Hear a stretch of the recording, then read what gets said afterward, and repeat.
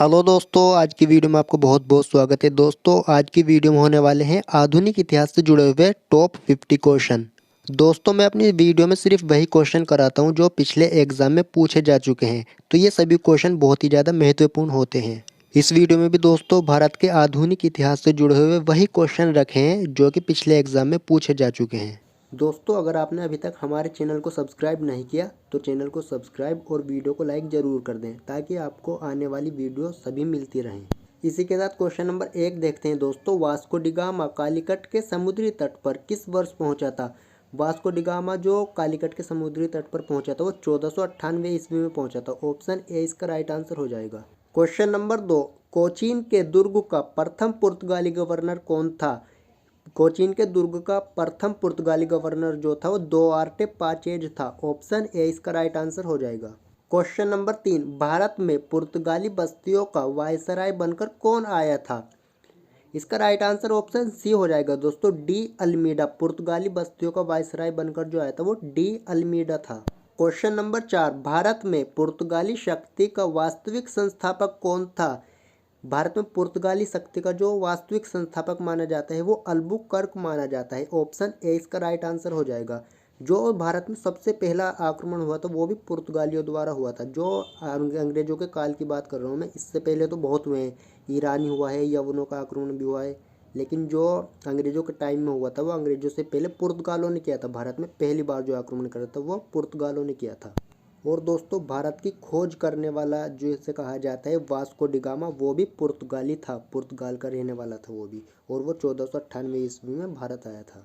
Question number 5, de Almeida की युद्ध नीति इतिहास में किस नाम से प्रसिद्ध है? डी अल्मीडा की युद्ध नीति जो है दोस्तों ब्लू वाटर के नाम से प्रसिद्ध है। ऑप्शन बी इसका राइट आंसर हो जाएगा। क्वेश्चन नंबर 6 दोस्तों, पुर्तगाली बस्ती कहाँ नहीं थी? पुर्तगाली बस्ती जो थी दोस्तों ढाका में नहीं थी। ऑप्शन डी इसका राइट आंसर हो जाएगा। दोस्तों ढाका अब तो बांग्लादेश की राजधानी है, लेकिन उस टाइम पे बांग्लादेश भी भारत का ही हिस्सा हुआ करता था। 1947 में जब पाकिस्तान अलग हुआ तो बांग्लादेश पाकिस्तान का हिस्सा था, लेकिन जब 1971 में पाकिस्तान का और भारत का युद्ध हुआ था तो भारत ने जो है बांग्लादेश को अलग कर दिया था पाकिस्तान से, और उसको भारत में ना मिलाकर उसको एक अलग देश बना दिया था। लेकिन उस टाइम पे जो था बांग्लादेश भी भारत का ही हिस्सा हुआ करता था। अब तो अलग देश है वे। तो एक भी पुर्तगाली बस्ती जो थी दोस्तों वो ढाका में नहीं थी। क्वेश्चन नंबर 7 है, पुर्तगाल का स्पेन में विलीनीकरण कब हुआ था? पुर्तगाल जो स्पेन में विलीन हो गया था, मिल गया था उसमें, वो 1580 में हुआ था दोस्तों। ऑप्शन सी इसका राइट आंसर हो जाएगा। 1580 में पुर्तगाल का स्पेन में विलीनीकरण हुआ था। क्वेश्चन नंबर 8, डच कहाँ के निवासी थे? डच जो थे दोस्तों वे हॉलैंड के निवासी थे, हॉलैंड के रहने वाले थे। ऑप्शन बी इसका राइट आंसर हो जाएगा। Question number 9, Dutch east India company की स्थापना किस वर्ष में हुई थी? डच ईस्ट इंडिया कंपनी की स्थापना 1602 में हुई थी। ऑप्शन बी इसका राइट आंसर हो जाएगा। क्वेश्चन नंबर 10, भारत में डच बस्ती कहाँ नहीं थी? भारत में डच बस्ती मुरादनगर में नहीं थी। ऑप्शन डी इसका राइट आंसर हो जाएगा। क्वेश्चन नंबर 11, इंग्लैंड के सम्राट जेम्स प्रथम का दूत हॉकिंस भारत कब आया था? हॉकिंस भारत आया था 1609 ईस्वी में। ऑप्शन ए इसका राइट आंसर हो जाएगा। और ये दोस्तों कई बार रिपीट होता रहता है, क्वेश्चन बहुत बार पूछा जाता है, तो इस क्वेश्चन को अच्छे से ध्यान में रखना। Question number 12, sir Thomas Roe किसके दरबार में उपस्थित हुआ था? सर टॉमस रो जहांगीर के दरबार में आया था। ऑप्शन ए इसका राइट आंसर हो जाएगा। Question number 13 most important question है, बहुत ज़्यादा पूछा जाता है। अंग्रेजों ने भारत में सर्वप्रथम किस नगर में कारखाना स्थापित किया था? अंग्रेजों ने सबसे पहले जो कारखाना लगाया था वो सूरत में लगाया था। ऑप्शन ए इसका राइट आंसर हो जाएगा। और सूरत जो पड़ता है वो गुजरात में पड़ता है। अगला क्वेश्चन है, फ्रेंच ईस्ट इंडिया कंपनी का वास्तविक संस्थापक माना जाता है? फ्रेंच ईस्ट इंडिया कंपनी का जो वास्तविक संस्थापक माना जाता है वो फ्रांसिस मार्टिन माना जाता है। ऑप्शन ए इसका राइट आंसर हो जाएगा। क्वेश्चन नंबर 15, फ्रांसीसी कंपनी का प्रसिद्ध गवर्नर था? फ्रांसीसी कंपनी का जो प्रसिद्ध गवर्नर था वो ड्यूमस था। ऑप्शन सी इसका राइट आंसर हो जाएगा। क्वेश्चन नंबर 16, यूरोपियों की तुलना मधुमक्खियों से बंगाल के किस नवाब ने की थी? यूरोपियों की तुलना मधुमक्खियों से की थी दोस्तों वो अलीवर्दी खान ने की थी। वे यूरोपियों को मधुमक्खियों की तरह बताते थे। ऑप्शन सी इसका राइट आंसर हो जाएगा। क्वेश्चन नंबर 17, प्लासी का युद्ध 23 जून 1757 को हुआ। प्लासी किस नदी के तट पर स्थित है? प्लासी जो है वो हुगली नदी के तट पर स्थित है। ऑप्शन ए इसका राइट आंसर हो जाएगा। क्वेश्चन नंबर 18, अंग्रेजों का गीदड़ किसे कहा गया है? अंग्रेजों का गीदड़ मीर जाफर को कहा गया है। ऑप्शन 20 का राइट आंसर हो जाएगा। मीर जाफर को अंग्रेजों का गीदड़ कहा जाता था। क्वेश्चन नंबर 19, सिराजुद्दौला के खिलाफ षड्यंत्रकारियों में किस किसने अंग्रेजों का साथ दिया?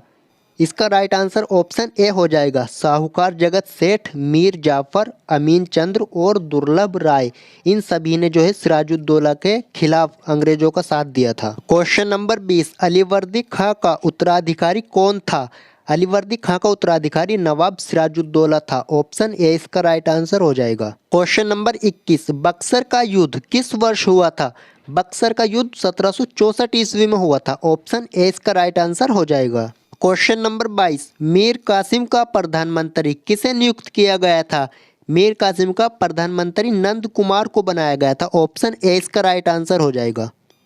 क्वेश्चन नंबर 23, बंगाल के दोहरे शासन का अंत किसने किया था? बंगाल के दोहरे शासन का अंत वारेन हेस्टिंग्स ने किया था। ऑप्शन ए इसका राइट आंसर हो जाएगा। किसने किया था? हेस्टिंग्स ने।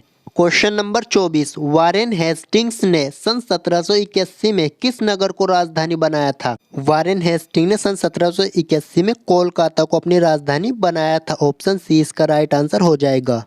क्वेश्चन नंबर 25, रेगुलेटिंग एक्ट कब पारित हुआ था? रेगुलेटिंग एक्ट सन 1773 में पारित हुआ था। ऑप्शन 20 का राइट आंसर हो जाएगा। क्वेश्चन नंबर 26, वह कौन मराठा सरदार था जो पहले तो अंग्रेजों के विरुद्ध सैनिक मोर्चे में शामिल नहीं हुआ लेकिन बाद में अंग्रेजों के विरुद्ध युद्ध किया? इसका राइट आंसर ऑप्शन डी हो जाएगा, होलकर ने। होलकर पहले तो अंग्रेजों का विरोधी नहीं था लेकिन बाद में उसने अंग्रेजों से युद्ध किया और वह एक मराठा सरदार था। क्वेश्चन नंबर 27, सन 1775 में सूरत की संधि किन किन के बीच हुई थी?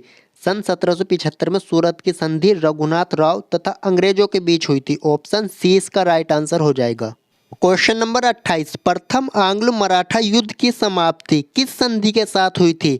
प्रथम आंग्ल मराठा युद्ध की समाप्ति सालबाई की संधि के साथ हुई थी और ये संधि 1782 ईस्वी में हुई थी। ऑप्शन बी इसका राइट आंसर हो जाएगा। क्वेश्चन नंबर 29, प्रथम आंग्ल मैसूर युद्ध के दौरान हैदर अली के समर्थित मोर्चे में कौन कौन शामिल थे? इसका राइट आंसर ऑप्शन ए हो जाएगा। मराठा, निजाम और मैसूर, ये सभी हैदर अली के साथ थे जब आंग्ल मैसूर युद्ध हुआ था।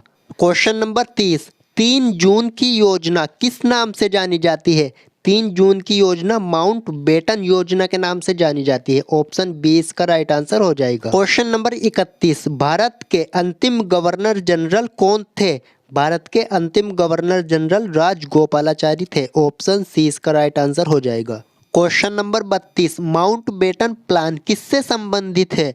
माउंट बेटन प्लान भारत के विभाजन से संबंधित है। ऑप्शन बी इसका राइट आंसर हो जाएगा। Question number 33, most important question है दोस्तों, ये क्वेश्चन बार बार एग्जाम में पूछा जाता है। भारत के अंतिम वायसराय कौन थे? भारत के अंतिम वायसराय जो थे दोस्तों वे लॉर्ड माउंट बेटन थे। ऑप्शन सी इसका राइट आंसर हो जाएगा। क्वेश्चन नंबर 34 भी बहुत ज्यादा महत्वपूर्ण क्वेश्चन है दोस्तों। हर हाल में जून 1948 से पहले भारत में ब्रिटिश शासन का अंत कर दिया जाएगा, यह ऐतिहासिक घोषणा किसने की थी? यह घोषणा की थी दोस्तों प्रधानमंत्री लॉर्ड एटली ने। ऑप्शन डी इसका राइट आंसर हो जाएगा। प्रधानमंत्री लॉर्ड एटली ने कहा था दोस्तों कि जून 1948 से पहले ही भारत में ब्रिटिश शासन का अंत कर दिया जाएगा। क्वेश्चन नंबर 35, कलकत्ता अधिवेशन में असहयोग प्रस्ताव का विरोध किसने किया था? कलकत्ता अधिवेशन में असहयोग प्रस्ताव का विरोध चक्रवर्ती राजगोपालाचारी ने किया था। ऑप्शन सी इसका राइट आंसर हो जाएगा। क्वेश्चन नंबर 36, 1947 के भारतीय स्वतंत्रता अधिनियम को कब ब्रिटिश सम्राट द्वारा स्वीकृति प्रदान की गई थी? तो इसका राइट आंसर है दोस्तों ऑप्शन ए 18 जुलाई 1947 को। 1947 का जो भारतीय स्वतंत्रता अधिनियम था उसको ब्रिटिश सम्राट ने जो स्वीकृति प्रदान की थी वो 18 जुलाई 1947 को की थी। क्वेश्चन नंबर 37, किस भारतीय ने विदेश में पहली गणतंत्रात्मक सरकार की स्थापना की थी? विदेश में पहली गणतंत्रात्मक सरकार की स्थापना महेंद्र प्रताप ने की थी। ऑप्शन ए इसका राइट आंसर हो जाएगा। क्वेश्चन नंबर 38, मैं समाजवादी हूँ, यह किस कांग्रेसी अध्यक्ष का कथन है? इसका राइट आंसर हो जाएगा ऑप्शन डी एम एन राय का। मैं समाजवादी हूँ, यह कथन एम एन राय का है। अगला क्वेश्चन है 1946 में भारतीय नौसेना के नाविकों में कहाँ विद्रोह हुआ था। 1946 में जो भारतीय नौसेना के नाविकों में विद्रोह हुआ था वो मुंबई में हुआ था। ऑप्शन डी इसका राइट आंसर हो जाएगा। अगला क्वेश्चन है भारत स्वतंत्रता अधिनियम में कितनी धाराएं थी। भारत स्वतंत्रता अधिनियम में 20 धाराएं थी। ऑप्शन बी इसका राइट आंसर हो जाएगा।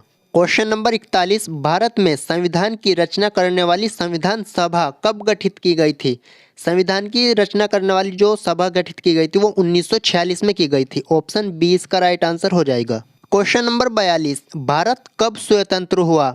सबको पता ही है दोस्तों हमारा देश भारत कब स्वतंत्र हुआ था। 15 अगस्त 1947 को। ऑप्शन डी इसका राइट आंसर हो जाएगा। अगला क्वेश्चन है भारत स्वतंत्रता अधिनियम 1947 किस ब्रिटिश प्रधानमंत्री के प्रयासों से पारित किया गया। इसका राइट आंसर है ऑप्शन बी लॉर्ड एटली। लॉर्ड एटली के प्रयासों से ही ये पारित हुआ था।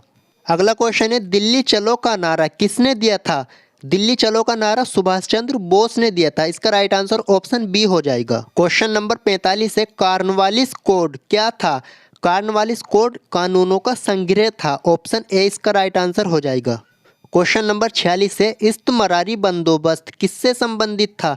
इस्तमरारी बंदोबस्त भूमि से संबंधित था। ऑप्शन ए इसका राइट आंसर हो जाएगा। अगला क्वेश्चन है पुरंदर की संधि कब हुई थी। पुरंदर की संधि 1776 में हुई थी। ऑप्शन बी इसका राइट आंसर हो जाएगा। ये संधि कलकत्ता की अंग्रेजी सरकार और पूना दरबार के बीच हुई थी 1776 में। क्वेश्चन नंबर 48 है पुरंदर की संधि कोलकाता की अंग्रेजी सरकार और किसके बीच हुई थी। दोस्तों जैसा कि मैंने पिछले क्वेश्चन में अभी आपको बताया कि पुरंदर की संधि कोलकाता की अंग्रेजी सरकार और पूना दरबार के बीच हुई थी। तो इसका राइट आंसर ऑप्शन ए हो जाएगा। पूना और कोलकाता की अंग्रेजी सरकार इन दोनों के बीच ही पुरंदर की संधि हुई थी और 1776 में हुई थी। अगला क्वेश्चन है टीपू सुल्तान तथा कॉर्नवालिस के बीच 1792 में श्रीरंगपट्टम की संधि हुई। इस संधि के तहत इसका राइट आंसर दोस्तों ऑप्शन डी हो जाएगा। उपर्युक्त सभी मतलब टीपू सुल्तान को अपना आधा राज्य भी अंग्रेजों को देना पड़ा और 3 करोड़ रुपये युद्ध क्षति के रूप में भी अंग्रेजों को देने पड़े और अपने 2 बेटों को भी ब्रिटिश बंदी बनाकर देना पड़ा था अंग्रेजों को। ये तीनों चीज़ जो है अंग्रेजों को दी थी टीपू सुल्तान ने। किस संधि के तहत। श्रीरंगपट्टनम की संधि के तहत और ये 1792 ईस्वी में हुई थी। Question number 50 Lord Cornwallis Bharat का गवर्नर जनरल किस वर्ष बना था। लॉर्ड कॉर्नवालिस भारत का गवर्नर जनरल 1786 में बना था। ऑप्शन ए इसका राइट आंसर हो जाएगा। दोस्तों अगर अभी तक आपने चैनल को सब्सक्राइब नहीं किया तो चैनल को सब्सक्राइब और वीडियो को लाइक जरूर कर देना। मिलते हैं आपसे अगली वीडियो में।